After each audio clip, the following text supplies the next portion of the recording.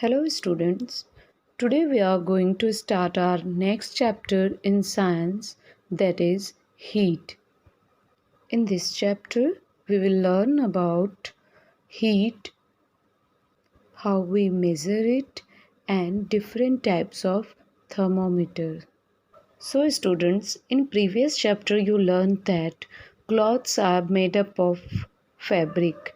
We wear woolen clothes during winter when it is cold outside and prefer light cotton clothes when it is hot.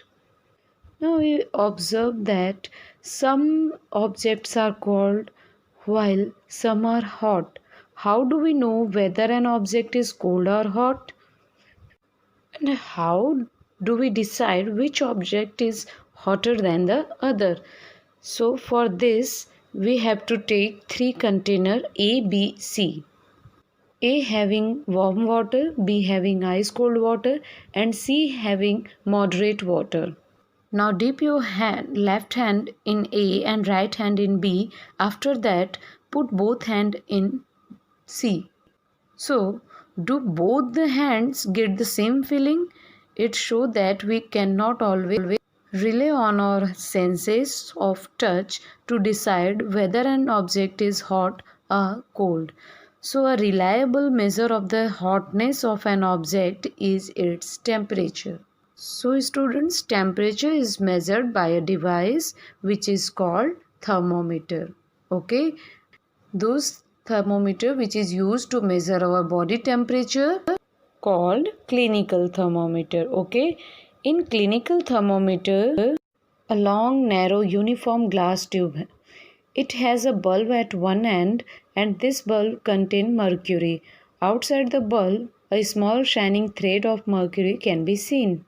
You can see a scale on the thermometer.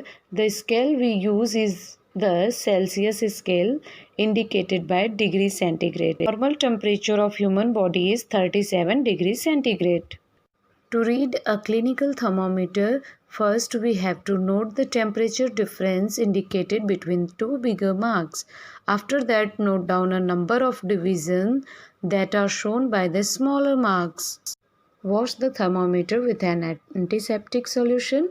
Hold it firmly and give it a few jerks to bring the level of mercury below 35 degrees centigrade. Place the bulb of thermometer under your tongue. After 2 minutes, take out the thermometer and take the reading. This gives us body temperature in degrees centigrade. Okay, student? After using clinical thermometer, we have to follow some precautions. First is wash the thermometer before and after use. It should be handled with care. While reading the thermometer, do not hold the thermometer by the mercury bulb and the level of mercury thread must be below 35 degrees centigrade. Make sure. So students, different types of thermometer are used for different purposes. The maximum and minimum temperatures of the previous day reported in weather reports are measured by a thermometer called the maximum minimum thermometer. Now next is laboratory thermometer. It has a long narrow glass tube. It has a bulb at one end containing mercury. It has a scale marked in degree centigrade and the range of laboratory thermometer is generally from -10 degrees centigrade to 110 degrees centigrade. So students, to read the temperature on a laboratory thermometer, first of all take some hot water in a beaker. Then after try to hold the laboratory thermometer from its glass tube and immerse the bulb of the thermometer in hot water taken in a beaker. Notice that the bulb of the thermometer should not be touched and after that observe temperature scale. Now see, while measuring temperature, the laboratory thermometer should be held vertically and the thermometer bulb should be surrounded from all sides by the substance whose temperature is to be measured.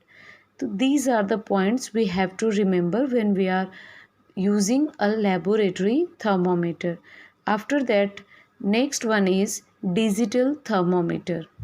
So students, there is a lot of concern over the use of mercury in thermometers. Mercury is a toxic substance and is very difficult to dispose of if a thermometer breaks. These days, digital thermometers are available which do not use mercury. Okay? And it has a small device which display numeric value of temperature. I hope you understood all the topics very well.